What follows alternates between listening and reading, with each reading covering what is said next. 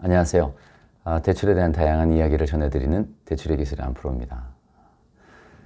오늘은 조금 갑작스럽게 준비한 부분이 있습니다. 그런데 지금 대출 시장의 상황이 무슨 마치 전쟁터 같아요. 그래서 조금 정리해 드릴 필요가 있을 것 같아서 갑작스럽게 준비를 했습니다. 이 대출 얘기는 항상 그 시점이 되게 중요한 것 같습니다. 언제 시점을 기준으로 얘기하느냐. 왜냐하면 대출은 규제가 계속 바뀌고 내용이 계속 바뀌기 때문에 언제 시점으로 얘기하냐가 굉장히 중요한 것 같고요. 제가 지금 촬영하고 있는 이 시점은요, 2021년 10월 18일입니다. 지금 대출 시장은 여러분들이 알다시피 뭐 뉴스나 언론을 통해서 많이 접하고 계시겠지만 연말까지 대출이 굉장히 어려운 상황입니다. 금융당국에서 총량 규제를 하고 있는데, 예를 들면 너네는 100억 이상 원래 팔지 마라, 너네는 뭐 120억까지만 팔아라, 이런 어떤 규제들이 있는 거죠. 2021년 12월 말까지 팔아야 될 양을 이미 벌써 대부분 다 팔은 거죠. 집값도 늘어났고요. 그러다 보니까 건당 대출 금액도 늘어났고, 그 총량을 이미 오버했는데 못 팔게 하는 거죠. 오버했으니까. 그러다 보니 많은 금융기관들이 지금 대출을 중단한 상태입니다. 근데 이게 언제까지냐 그러면 12월 말 판매량까지거든요. 그러면 지금 내년 1월 1일부터는 어떻게 되느냐. 다시 시작하니까 거기서부터 좀 자유로워지겠죠. 그래서 지금 10월 18일 현재는 대부분의 많은 금융기관들이 중단한 상태지만, 이제 11월이나 12월 되면 내년 물량을 또 판매해야 되니까 다시 영업을 재개하겠죠. 그러나 어쨌든 지금은 상당히 많은 곳들이 중단되어 있습니다. 아마 이 영상을 보시는 분들 가운데 주택담보대출을 준비하고 계셨던 분들은 오늘 영상을 잘 보시고 조금이나마 도움이 되셨으면 좋겠습니다. 오늘 드리는 얘기 가운데는 자기 집을 담보로 받는 사업자 대출, 요즘 이 사업자 대출이 정말 뜨거운 시장이 되어 있어요. 가계대출 규제가 심해지다 보니까 풍선 효과가 이제 사업자 대출 쪽으로 번지게 된 건데, 이 사업자 대출에 대해서는 현재 크게 상황이 바뀌고 있지는 않기 때문에, 물론 일부 중단한 금융기관이 있긴 있습니다만서도 가계대출만큼 큰 변화가 있는 건 아니니까 그 부분에 대해서는 논외로 하고요. 오늘 말씀드릴 거는 우리가 흔히 이제 뭐 LTV 규제니 DSR 규제니 이런 규제를 받고 정부의 여러 가지 규제를 받고 있는 가계대출을 말씀드리려고 합니다. 일단 지금 대출이 심각한 건 전세대출하고 담보대출인데, 전세대출은 지금 다시 푸는 걸로 거의 확정이 됐죠. 아마 이제 오늘 내일 대부분 시중은행에서 다시 판매 재개를 할 것 같은데요. 그건 참 다행스러운 소식인 것 같고요. 이제 주택담보대출이 문제잖아요. 특히 이제 집을 매수하고 잔금을 기다리는 잔금 대출을 받으셔야 되는 분들이 가장 큰 문제가 되고 있는 것 같아요. 근데 일단 정책자금은 대부분 판매를 계속 하고 있습니다. 보금자리론이나 디딤돌이 해당되시는 분은 뭐 주택금융공사나 시중은행에 문의하셔가지고 다행히 받는 데는 현재 큰 문제가 없는 것 같고요. 문제는 집값이 정책자금 기준에 벗어나 있어서 일반 담보대출을 써야 되는 분들이죠. 뭐 또는 집값 또는 소득이 많아가지고 뭐 그런 여러 가지 케이스들이 있잖아요. 현재 주택담보대출 같은 경우는 정책자금을 제외하고요. 일반 주택담보대출 상품 같은 경우는 시중 대부분 은행이 판매를 12월 말 물량까지는 중단한 상태입니다. 그래서 내년에 받으셔야 되는 분들은 뭐 11월, 12월 달 가면 다시 판매가 재개되겠지만 접수를 하겠죠? 그런데 지금 당장 12월 말까지 안으로 받으셔야 되는, 12월 말 안까지 받으셔야 되는 분들이 이제 좀 당황스러운 거죠. 시중 대부분 은행이 중단한 상태고요. 현재는 제일은행하고 신한은행 정도가 뭐 여전히 판매하고 있는 상황인 것 같고요. 그 다음에 나머지 은행들이 그럼 판매를 안 하느냐? 완전히 셧다운, 완전히 판매를 중단한 것도 있지만 지점별로 약간의 정말 약간이긴 하지만 한도를 조금씩 부여해 놓은 은행들도 있는 것 같아요. 근데 이게 파악이 잘 안 돼요. 이 대표 콜센터로, 각 은행별 대표 콜센터로 전화를 해봐도 어느 지점에 얼마나 물량이 남아 있는지 콜센터에서 실시간으로 확인이 안 되는 것 같아요. 그래서 좀 번거롭더라도 나는 특정 은행에서 꼭 대출을 받아야 된다 하시는 분이 계시면 해당 은행의 지점에 문의를 해보시는 게 좋을 것 같습니다. 그 다음 시중 보험사 중에서는 뭐 교보생명이나 하나생명 등 몇 군데 보험사가 여전히 대출을 판매하고 있는데, 이것도 뭐 제가 오늘 이렇게 말씀드려도 내일 중단될지도 모르는 뭐 그런 상황인 것 같아요. 그리고 특정 지점은 이미 목표량을 초과해서 더 이상 접수를 안 받는 것도 그 안에서 또 있을 수 있고요. 이게 다 그렇거든요. 이 은행 지점들도 그렇고 보험 지점들도 그렇고 대출을 판매하는 사람들은 항상 이게 판매해야 될 목표치가 있고 양이 있어요.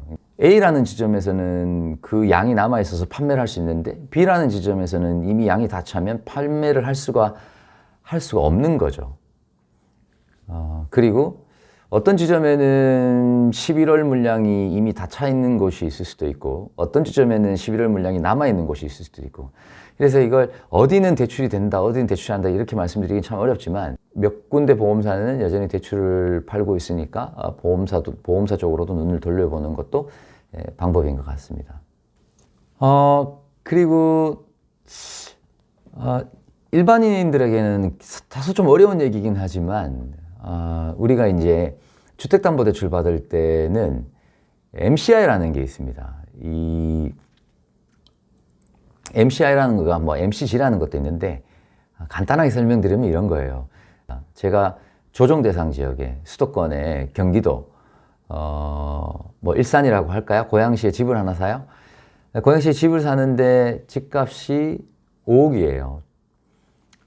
뭐 서민 실수요자 이런 거 논외로 하고 조정 대상 지역에 현재 LTV가 50%입니다. 그러면은 5억짜리에 뭐 2억 5천 정도 대출이 나오게 되는데, 이걸 은행에 상담을 받아보면 2억 5천에서 4,300을 현재 더 빼고 있습니다. 이게 왜 그러냐면은 원래 이제 LTV에서 우리가 그 LTV만큼 다 받으려고 하면은 MCI라는 서울보증의 보증보험을 가입하게 됩니다. 이거는 이제 금융기관에서 비용을 부담하기 때문에 사실 일반인들이 관심을 가지지 않으면 뭐 그런 게 있는지 없는지조차 모르는 상황인 거죠. 그러나 지금은 어떤 상황이냐면 대부분의 금융기관이 12월 말까지는 이 대출 물량을 중단하거나 줄여야 되는 상황 속에서 가장 우선적으로 취할 수 있는 방법 중에 하나가 바로 이 보증보험 가입을 안 하는 거죠. 왜냐하면 이 보증보험을 가입할 때는 보증보험료가 금융기관 부담이거든요.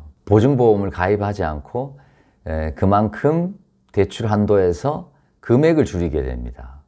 근데 이게 뭐 얘기가 들어가면 복잡해져요. 뭐 주택임대차 보호법하고 관련이 있는 얘기여서 뭐 최우선 변제 얘기가 나와야 되고 하는데, 거두절미하고 서울 지역 같으면 이제 5천만 원 정도 한도가 줄어들고요. 경기도 대부분은 한 4,300만 원 정도 줄어들게 됩니다. 그러면 자기가 계산했던 한도보다 줄어들게 되거든요. 그런데 이 MCI를 반공제라고 하는데, 이 반공제를 하는 곳도 있고 하지 않는 곳도 있단 말이죠. 그래서 본인이 계산한 대출 풀로 다 받으셔야 되는 분들은 MCI가 가입되는 곳에서 받으셔야 되고요. 지금 시중 은행 중에서 MCI 가입되는 곳이 거의 없습니다. 근데 보험사 몇 군데에서 하고 있으니까 대출 한도를 지금 풀로 받으셔야 되는 분들은 보험사 쪽으로 눈을 돌리는 게 맞는 것 같고요. 그리고 우리가 계속 얘기하게 되지만 현재 지금 DSR 이슈, 이 DSR 같은 경우에 DSR 규제가 제가 지금 10월 18일 날 이걸 찍고 있는데 규제가 내일 발표돼도 이상하지 않은 상황인 것 같아요. 곧 발표한다고 하니까요. 지켜봐야겠지만 아마 10중 8구 DSR 규제 중에 가장 첫 번째 추가로 규제할 내용은 현재 은행이 DSR 40% 맞추고 있는 부분을 비은행권이 60%로 맞추고 있거든요. 물론 뭐 다 그런 건 아니고 이 차주 단위 DSR이 적용되는 분들이 그런데 이 DSR 규제를 비은행권도 아마 40%까지 맞추라고 하지 않을까 그런 생각이 듭니다. 그래서 이게 또 중요한 게 대출을 어딘가에 신청해 보기 전까지는 내가 DSR을 스스로 계산을 대부분 잘 못하세요. 잘 못하시거나 아예 못하시거나 해도 잘 못하시는 분들이 많으시죠.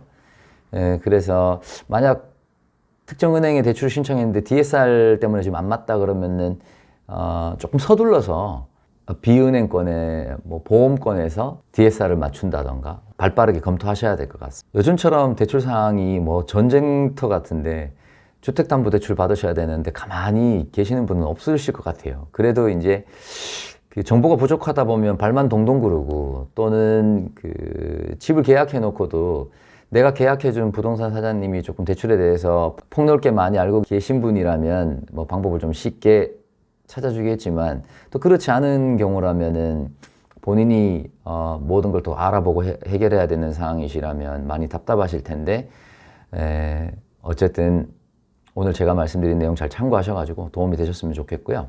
지금 주택담보대출을 받으셔야 되는데 약간 어려움에 처하신 상황이 있다거나 뭐 스스로 혼자서 해결이 잘 안 된다거나 하시면은 저한테 물어봐 주시면 제가 가능하면 조금 도움이 되어 드리도록 하겠습니다. 마무리하기 전에 금리에 대해서 현재 금리 상황에 대해서 조금만 추가로 말씀드리면요. 지금 담보대출 시장은 정책자금을 제외하고는 3%대 금리가 사라지고 있는 상황입니다. 빠르게 사라지고 있습니다.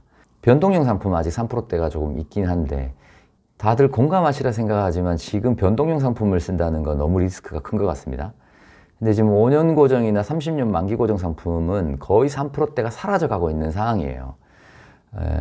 이게 이제 최근에 기준금리가 약간 오른 탓도 있지만 총량 규제하면서 대출을 팔지 말아야 하니까 서로 경쟁적으로 금리를 올리면서 팔지 않으려고 하는 이런 아이러니한 상황이 벌어진 거죠.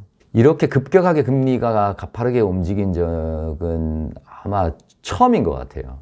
그래서 우리가 불과 올해 여름만 해도 뭐 2%대 얘기를 하고 이랬었는데 지금 이제 4%대를 거의 얘기할 상황이 된 거죠.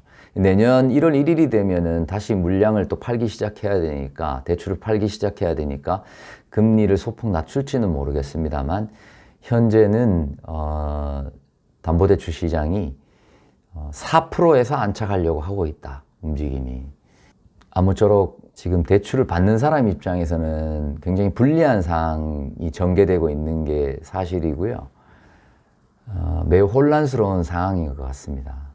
가까운 시일 안에 이제 대출을 받으셔야 되는 분들이 계신다면 조금이나마 도움이 되셨으면 좋겠다, 그런 마음으로 좀 갑자기 찍어봤는데 어떻게 도움이 좀 되셨을까요? 2021년 11월부터는 좀 더 자주 인사드릴 수 있도록 노력하도록 하겠습니다.